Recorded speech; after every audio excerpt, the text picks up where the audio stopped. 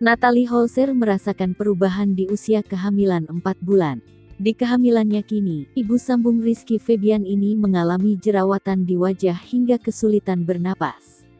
Ia memperlihatkan wajahnya yang tumbuh jerawat karena hormon tak seimbang saat anak pertamanya.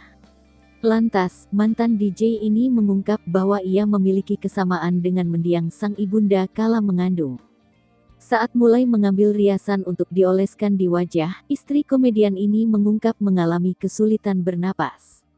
Ia mengira akan engap kala ibu hamil menjelang lahiran.